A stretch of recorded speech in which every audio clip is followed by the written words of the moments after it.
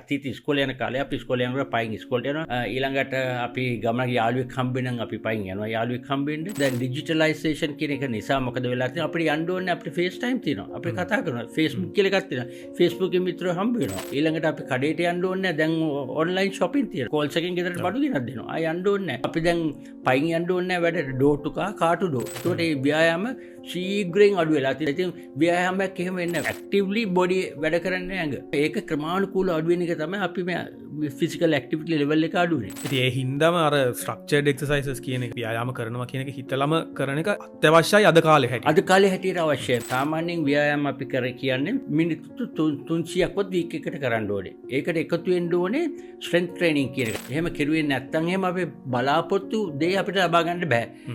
නිකන් ගිහිල්ලා අපි එක්සර්සයිස් කරනවා කියලා කරනවා. ඒක තේරුම් නැහැ. ඉතින් ඒක හොඳට තේරුම් ගන්න තමයි කරන්න ඕනේ.